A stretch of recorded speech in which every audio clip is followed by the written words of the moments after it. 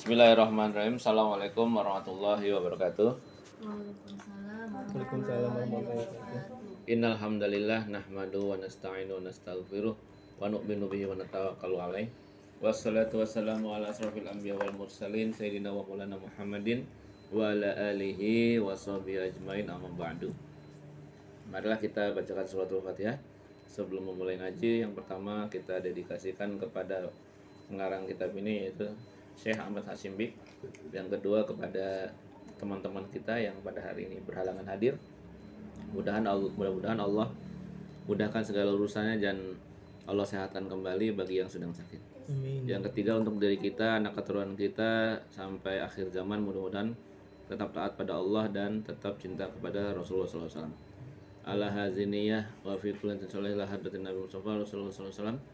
Al-Fatihah. A'udzu billahi minasyaitonir rajim. Bismillahirrahmanirrahim. Alhamdulillahirabbil alamin arrahmanir rahim maliki yaumiddin. Iyyaka na'budu wa iyyaka nasta'in ihdinas siratal mustaqim. Siratal ladzina an'amta 'alaihim ghairil maghdubi 'alaihim waladdallin. Amin. Bismillahirrahmanirrahim. Kita masuk ke hadis ke-47 ya. Iya. Akhsya, takutlah ma kepada perkara khosyitu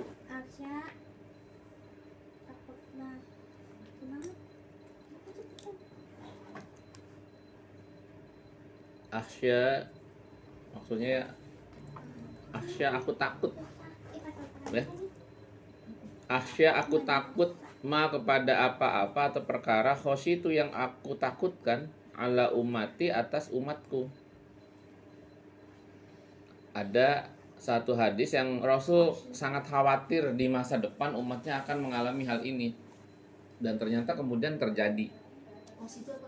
Khosyitu takut.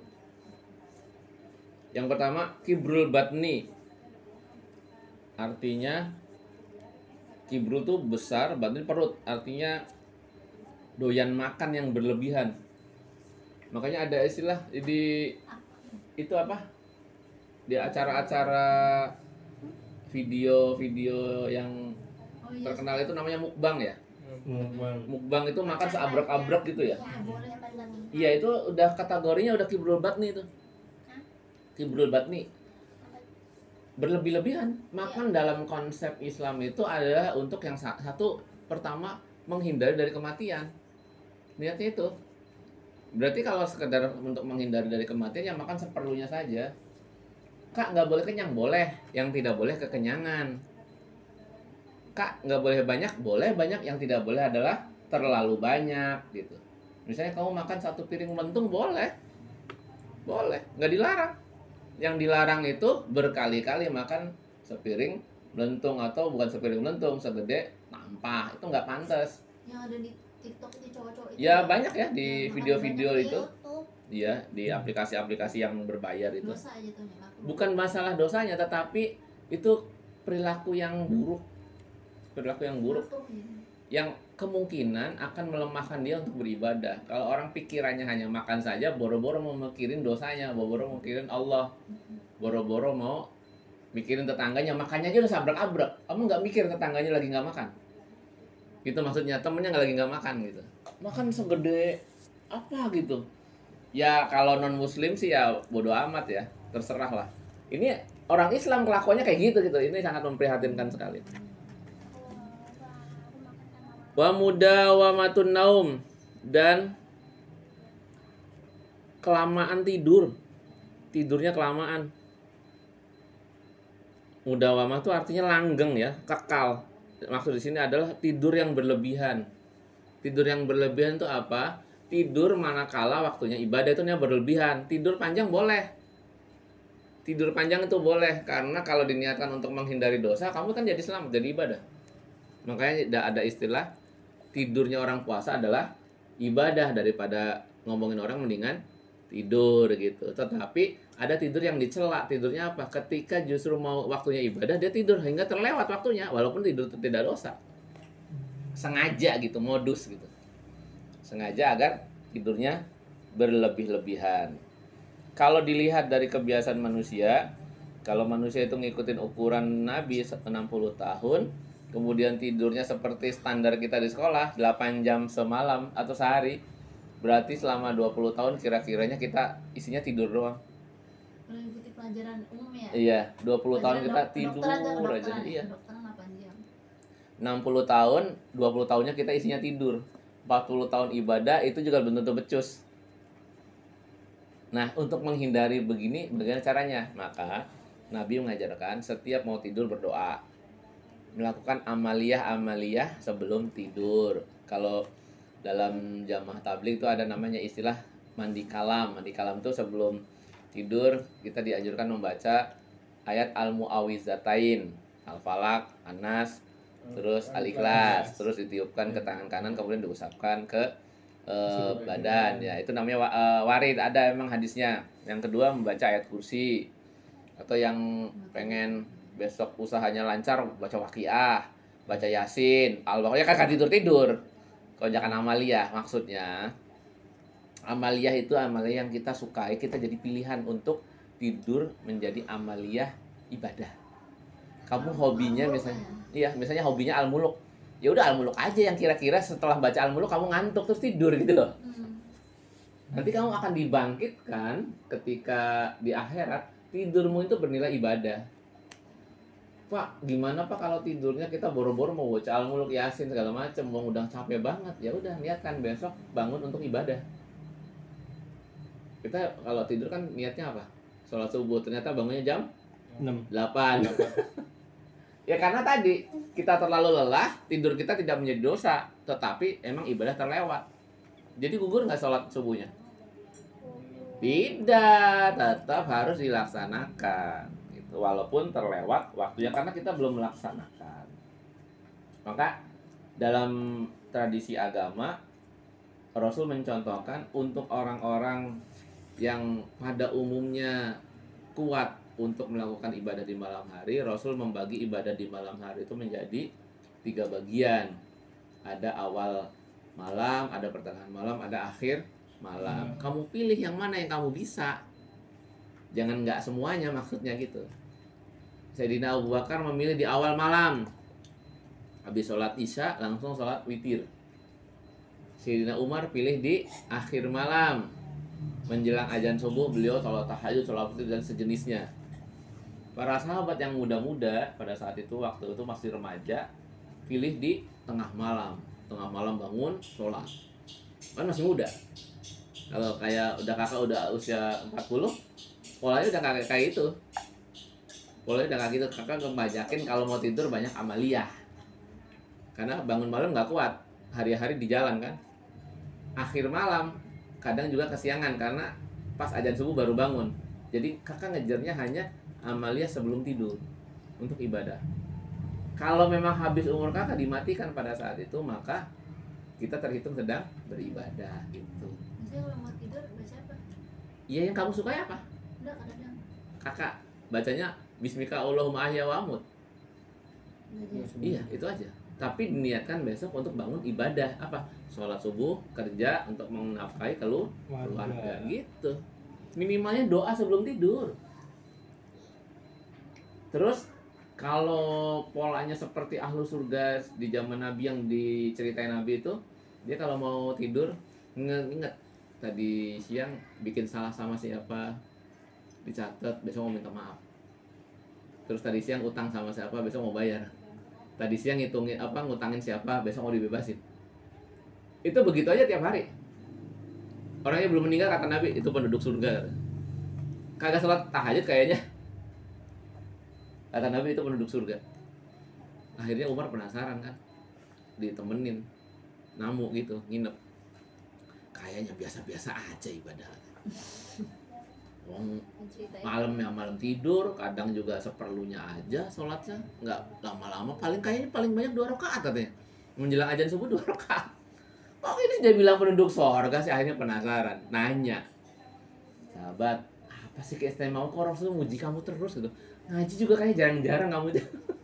Karena Rasul itu kayak orang lagi bikin lelucon gitu. Orang itu lewat terus bilang ahli surga nih gitu. Orangnya senyum aja sambil lewat. Orangnya nggak ngasih lewat.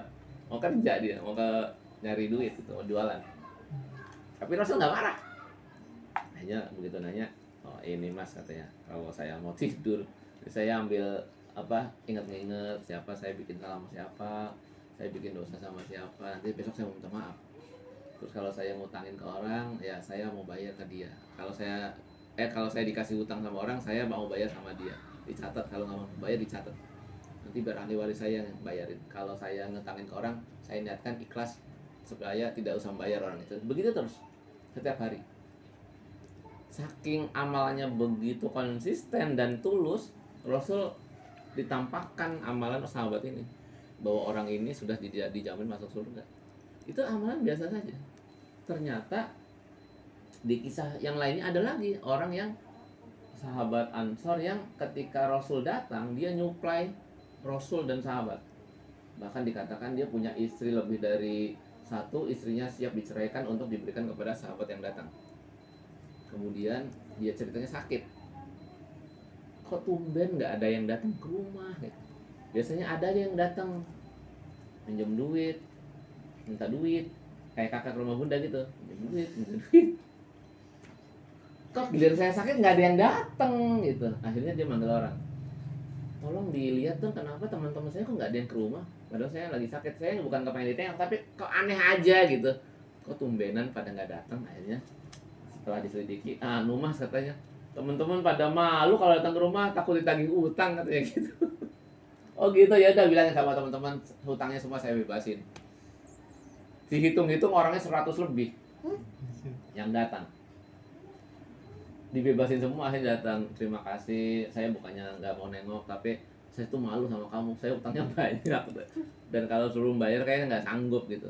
Ya sudah, nggak ada masalah, udah bebas deh, ngapain juga dipusingin. Nah orang itu hanya pengen ketemu dengan sahabat-sahabat itu, akhirnya sembuh. Jadi ternyata hidup di dunia itu walaupun kita tidak punya keistimewaan ibadah, ada kok ibadah yang lain yang bisa membuat kita jadi istimewa di mata Allah. Dan menjadi hamba Allah itu bukan berarti kita menjadi seorang kayak rahib atau brahmana yang hidup menyepi di atas gunung atau di atas kuil di dalam masjid, nggak keluar nggak juga, tetapi justru memberikan kemanfaatan kepada orang lain justru lebih bagus. Kakak nggak bosan-bosannya pernah bilang ke kalian dulu, jangan pernah mencela orang yang ada di perapatan yang ngatur lalu lintas, ya. Bisa jadi orang itu justru banyak amalnya karena melancarkan jalanan. Kalau ada yang jatuh, ada yang kecelakaan, dia duluan mungkin yang akan nolong dibandingkan dengan orang yang hari-hari ada di masjid yang jauh dari keramaian. Ya suka pacapek. Iya, bisa jadi orang itu justru banyak amalnya kalau memang dia niatnya ikhlas ya. Karena pertama negara nggak bayar dia. Ya orang masih 2.000, 1.000 Iya. gopek gitu. Dan dia nggak pernah marah kan, artinya dikasih berapapun diterima aja, nggak ngasih pun nggak jadi masalah gitu. Justru kita tuh harusnya menilik amalan tuh kayak mereka tuh. Senang ada dia, kalau orang jatuh dia pasti mang. Iya kan?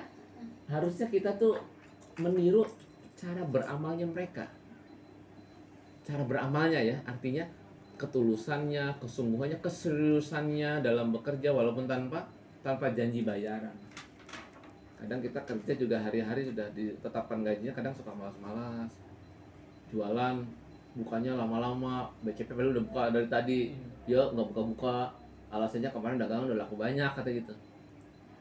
COD-an males. Kenapa males? Yang beli rese.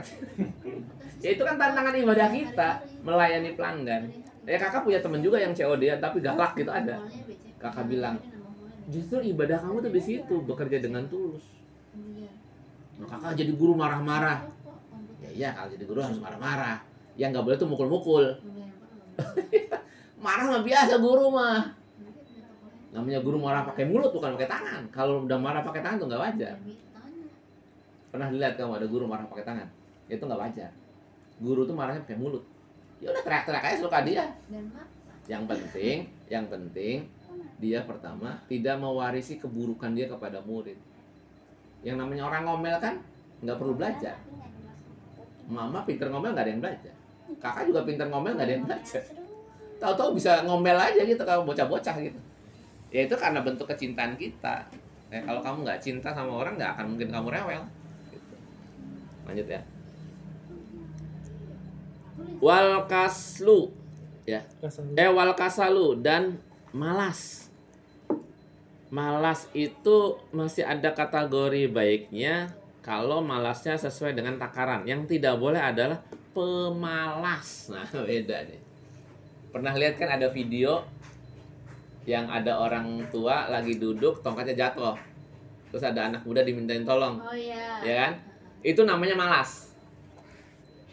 Artinya, justru kemalasan dia itu bisa berakibat keselamatan bagi orang lain. Bisa jadi begitu. Tetapi yang tidak boleh itu pemalas.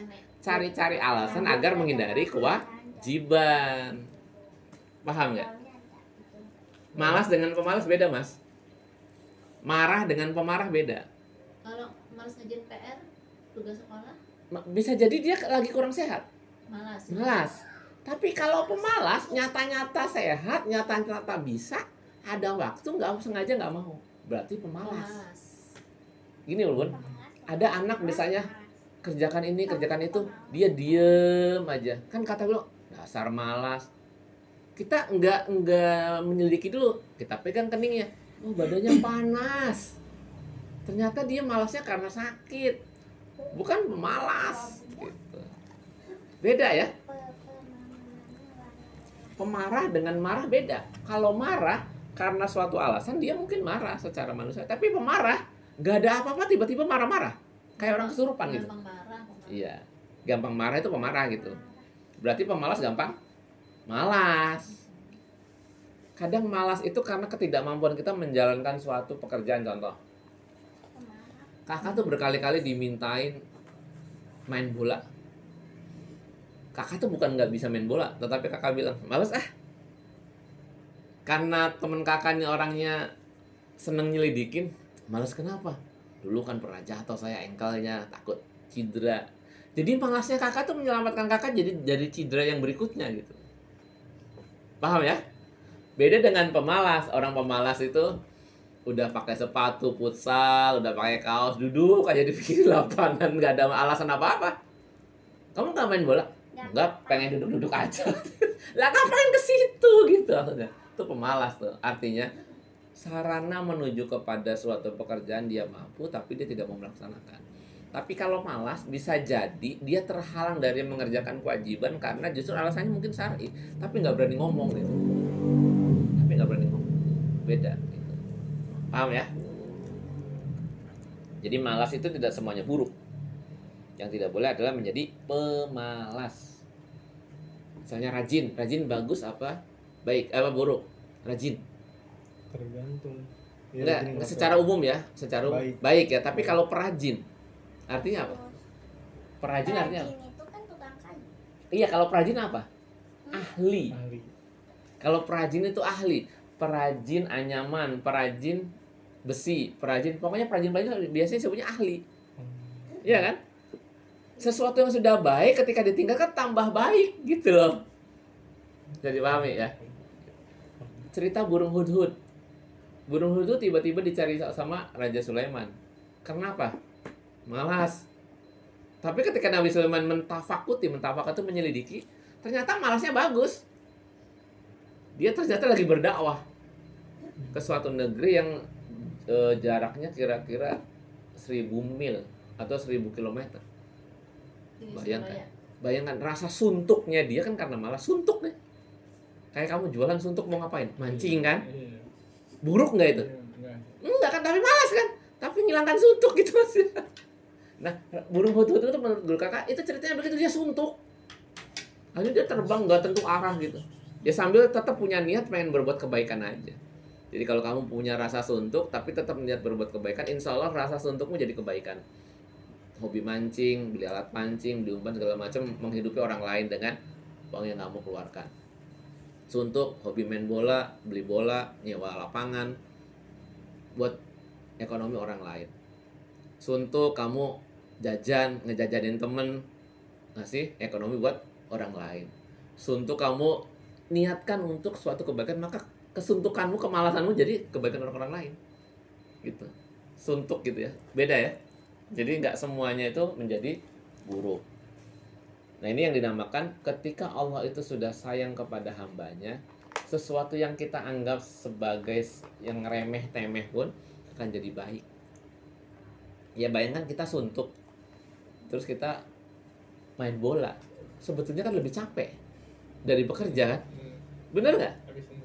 Tapi senang perasaan gitu. Kayak bunda suntuk nih senam, kan sebetulnya lebih capek senam itu daripada cuci piring, bener nggak? Menuju lapangannya juga jauh, belum lagi pulangnya harus jajan.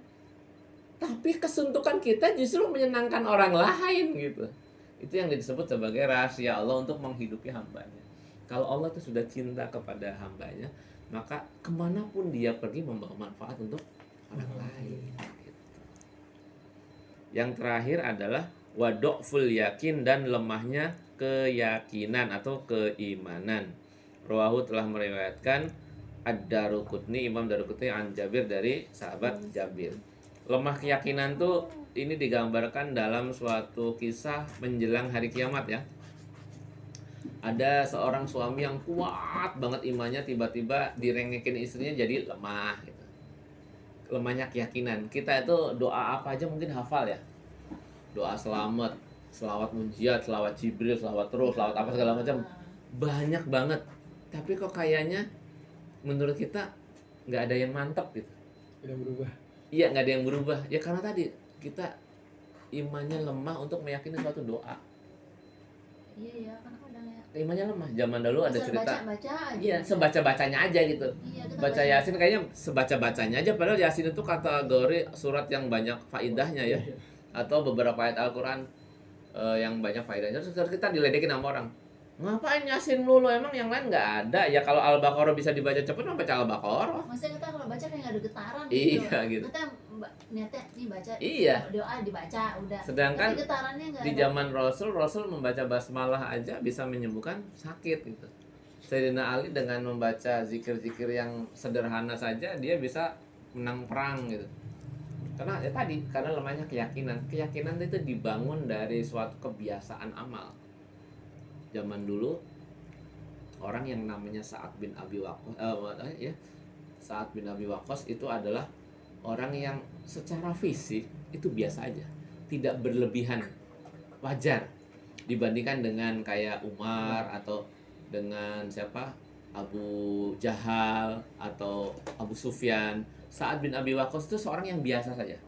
Kemudian secara kebetulan beliau itu diminta memimpin pasukan untuk menyerbu pusat negara Persia yang pada saat itu adalah negara adidaya. Negara adidaya itu kayak sekarang Amerika gitu, Amerika sama Cina gitu. Kemudian pas dia mau berangkat tiba-tiba sakit, bisul tumbuh di tubuhnya. Saking banyaknya bisul, berdiri aja gemeteran, sakit, nahan sakit. Akhirnya dia cuma bisa tangkurap aja. Kata ajudannya, Panglima, kita apa pulang aja kali ya? Apa Panglima mundurin diri aja? Saya tuh sudah dikasih tugas sama Khalifah untuk menaklukkan Persia. Maju terus. Dengan sakit yang begitu, yang dia berdiri aja nggak sanggup, akhirnya apa? Panglima ditandu, kayak Jenderal Sudirman gitu lah. Jadi si Jenderal Sudirman tuh bukan satu-satunya orang yang memimpin perang dalam kondisi sakit ya. Sebelumnya sudah ada, yaitu Sa'ad bin Abi Waqqas. Dalam peperangan terbuka ya, saling bunuh-membunuh secara langsung, beliau memimpin perang ditandu. Secara fisik biasa saja, tapi karena yakinnya kuat bahwa Allah akan memberikan Persia kepada kaum muslimin, dia yakin. Ya yang perang kan anak buahnya, dia kan isi kepalanya, otaknya, gitu. Saking besar keyakinannya, tentara Persia bisa dikalahkan. Ada lagi cerita Sayyidina Ali. Sayyidina Ali itu kalau digambarkan secara fisik kayak kakak nih, kurus, kering, tinggi gitu. Sayyidina Ali tuh gitu. Tapi lincah, kalau kakak kan lamban. Perang melawan tentara Yahudi di benteng Khaybar, kaum muslimin nggak menang-menang, padahal jumlahnya lebih banyak. Akhirnya ganti beberapa kali panglima, nggak bisa mengalahkan juga. Rasul akhirnya ini juga suntuk. Malam-malam bilang, besok ini panji kebesaran akan saya kasihkan kepada orang yang cinta kepadaku dan cinta kepada Allah. Orang semuanya pada berharap kali aja besok saya yang mimpin gitu. pengen semuanya karena dipuji-puji sama Rasul. Besoknya yang mimpin adalah Sayyidina Ali. Hah? Sayyidina Ali kan orangnya lagi sakit. Orangnya lagi sakit mata. Ikut perang tapi dilalanya lagi sakit, jadi nggak ikut perang gitu, nggak ikut bertempur, masih ada di tenda barak militer aja gitu. Kemudian Ali mana katanya? Lagi sakit ya Rasul, matanya aja lagi bengkak katanya. Suruh sini, datang. Ali, kamu pimpin perang. Tapi saya lagi rasa gitu, udah saya sembuhin, sembur aja, sembuh langsung berangkat. Terus ada lagi yang datang minta, ya Rasul saya juga sembuhin dong. Nggak bisa, beda. Imanmu dengan imannya Ali beda. Imannya Ali itu andai kata dibukakan alam gaib udah nggak berubah. Ya segitu udah tertinggi levelnya. Kalau kita kan dilihatin alam gaib mungkin bisa ngaku nabi kali ya. Minimalnya jadi paranormal lah. Dibukakan alam gaib gitu. Kalau Sayyidina Ali nggak, ya biasa aja. Kata Sayyidina Ali, kalau alam di langit itu gaib hebat-hebat, justru di bumi juga ada yang hebat-hebat. Nyamuk, ada jantungnya, pasti dia punya penyakit, penyakitnya siapa yang ngobatin. Nyamuk sekecil itu sampai hari ini belum ada yang bisa niru. Akhirnya Sayyidina Ali bisa mengalahkan tentara Khaybar dengan pasukan yang jumlahnya sama dengan panglima-panglima yang kemarin. Karena apa? Kekuatan keyakinan. Kita ini hari ini kelemahan keyakinan. Kayak misalnya terlalu berlebihan dengan sakit. Berobat itu kewajiban, artinya sesuatu yang memang harus kita tempuh. Tapi meyakini pengobatan itu juga keliru. Kita sebagai manusia memang sunatullahnya berobat. Ya berobat aja. Sembuh dan tidaknya biar Allah yang urus. Gitu. Kita kerja ya kerja aja. Kaya dan enggaknya nggak tahu. Yang penting kita melaksanakan kewajiban. Kaya dan miskin itu sudah Allah takar ya. Gimana kita siapnya enggak? Kita siapnya aja. Kalau kamu datang membawa ember ya akan dapat seember. Kamu datang membawa mangkok ya akan dapat semangkok, rezeki itu. Tergantung kita cara yang jemputnya. Tapi untuk sebagai orang Islam, rezeki sedikit dan banyak, intinya adalah barokah. Barokah itu sedikit ya tetap taat sama Allah, banyak apalagi gitu. Kalau sedikit aja sudah taat, itu namanya barokah. Dalam bahasa akidah namanya ziyadatul khair. Gitu. Jadi dari beberapa rasa takut Rasul ada beberapa ketakutan yang ternyata semuanya sudah terjadi hari ini. Ya kan? Semuanya terjadi. Umat pada hari ini hobinya gila-gilaan makan, mukbang. Ya kan sudah ada banyak, bahkan jadi jualan lagi. Jadi konten yang komersil. Ada lagi orang yang hobinya tidur. Tidur aja di center sama kamera. Tidur sekuat apa gitu. Ada itu kakak pernah lihat di suatu acara TV. Yang di center adalah acara tidur. Siapa yang bangunnya paling akhir dia yang menang. Ya tetap aja kalah sama Ashabul Kahfi lah. Ratusan tahun tidur. Iya tuh anehnya itu. Iya. Ajaib ya, Allah ngatur. Iya. Ada lagi Kok zaman sekarang ada yang ajaib-ajaib gitu ya? malas. Kita mulai lazim dengan istilah mager. Mager malas gerak. Emang kalau nggak gerak ya mati lah. Ya pasti gerak, nggak mungkin nggak gerak gitu. Tetapi rasa malas itu kadang baik, tetapi ada juga yang tidak baik, namanya apa? Pemalas. Kamu rasanya malas nih kalau lagi hujan-hujan ke masjid, bisa jadi itu adalah jalan keselamatan kamu menghindari dari sakit. Bisa jadi. Kalau kamu terlalu berani, misalnya terlalu berani, nekat, bahasanya nekat, bisa jadi itu jadi sumber musibah buat kamu. Tiba-tiba hujan di luar dugaan, banjir. Ya kan? Kamu lagi nggak siap karena agak-agak flu sedikit gitu. Tapi dengan rasa malas kadang Allah menyelamatkan kalian gitu. Kayak orang nyebrang loh. Kamu berani nyebrang. Ada orang penakut juga nyebrang kan? Tapi yang selamat yang mana? Yang selamat itu yang malas-malas nyebrang. Kalau terlalu rame enggak. Tapi yang nekat nyelonong aja, ya potensinya ketabrak gitu. Kira-kira kayak gitu tuh, malas dengan pemalas gitu. Yang terakhir adalah lemahnya keyakinan. Kita doa banyak lafalnya tetapi yakinnya sedikit. Itu dulu yang bisa kakak sampaikan. Mudah-mudahan bermanfaat. Kita lanjutkan pada pekan berikutnya dengan pembahasan yang hadis selanjutnya. Allahu minkum subhanaka Allahumma wa bihamdika asyhadu an la ilaha illa anta astaghfiruka wa atubu ilaik. Assalamualaikum warahmatullahi wabarakatuh. Waalaikumsalam. Waalaikumsalam warahmatullahi